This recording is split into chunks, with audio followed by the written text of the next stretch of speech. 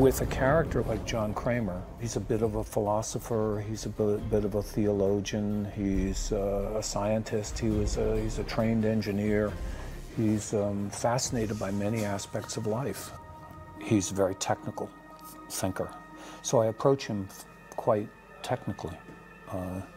And the thing that's been great is having the opportunity to take every situation that the writers write and try to see what his backstory is for all of that, what brings him into. We're about to embark on 2 very long, very intense scenes in the next couple of days, and what brings him to that point, and what's his thinking, and what's his motivation?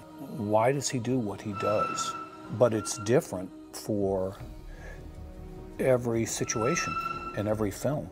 I love that. Something that you don't often have an opportunity to do is you start out, you know, I played many different characters and worked with many different directors, and usually you develop a character for one film.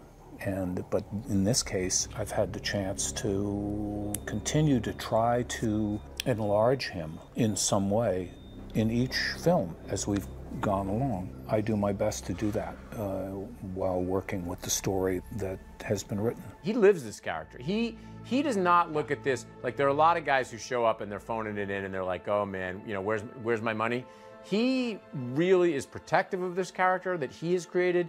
He really wants to understand, like a lot of times if we slip something in that didn't make sense and he, you know, would say, he would be right. I mean, he really, this is not, anybody wondering if he's just cashing paychecks and phoning it in, that is not Tobin Bell. That's not Tobin Bell on any level. Yeah, he, and the nicest guy. And he's involved in coming up with Jigsaw's dialogue. It's a point of personal pride for him. And thank God, because he's John Kramer, you know? He's John Kramer. In the case of Saw, I was intrigued by the script, the original script. It was 3 guys locked in a room. There was a guy there and a guy there, and there I was in the middle. It seemed like a play, in a way, you know? It had this sort of Waiting for Godot feeling to it that was fascinating. So that was the beginning, and then I completely forgot about it. And I was in the Czech Republic doing a television series for NBC when they decided to do Saw 2, and I thought, ooh, that's interesting, because now I might be able to show what's on this guy's mind, you know. He just somehow embodied the character and that kind of mystery. He's always such a kind of calm, quiet character, and that is kind of always more scary than loud and noisy. And when we did the first movie, the character lies ostensibly dead on the bathroom floor for the whole movie. And we shot that bathroom over a 6-day period. And initially, when I had put it together and I scheduled it, I said, okay, well, there's really only 2 days where we need you, and I'll just get a photo double to lie on the floor in a pool of blood. He said, no, I wouldn't do that. I'm going to be there every day. And for 6 days, through every scene you see in that bathroom, that is Tobin Bell lying on the floor in a pool of blood for hours and hours and hours and hours. And that, I think, kind of set the tone for everything. It's huge for me. It's what one becomes an actor for, to develop a character over time. You know, you can't ask for more than that.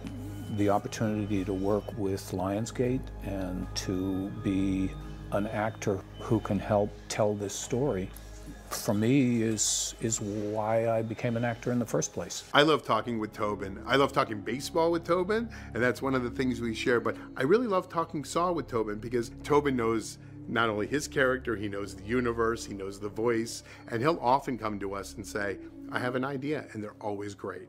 I can go to Tobin and say, Tobin, we did that pig trap, what was that in? And they'll tell me, even if his character wasn't in the scene. Or I'll say, Tobin, what do you think John Kramer would say here? I'm at loss for a word. Well, then Tobin will give me a paragraph and we'll shore it down to a word. But one of the real joys is not only spending time with Tobin on the set, but occasionally he'll bring you into the process. He'll say, let's sit down, I want to work through this issue. I have some thoughts. And next thing you know, you're line reading with Tobin Bell, which for me, who's made a lot of films, I feel like this is great. I feel like a kid again, and it makes it really great. So, and then you look around the crew and you say, everybody has a different energy when he's on the set. I was a little starstruck when I met him, which is perfect, because I think if Eleanor was to meet John Kramer, that's exactly how she would react. I could barely speak. Tobin's just he's just a really intriguing character. I mean, just as a person, but you meet him and you're just like, your jaw just drops, like you're the guy, man. It's like. I've only met him briefly yesterday in the parking lot, and he was so sweet and kind and easygoing and not the terrifying person I thought I'd meet. He is the kindest person off set, and he's very sweet. And then you just get him into character, and it's so menacing, and that voice, I mean, I can hear it in my nightmares. He's fantastic. He brings terror, planned terror, to the character, which is terrifying. My job is to understand why he does what he does, and to try and still bring some sense of humanity to him, so that he's interesting in some way and can draw the viewer in so that he's understood. Even this much, because this much is huge.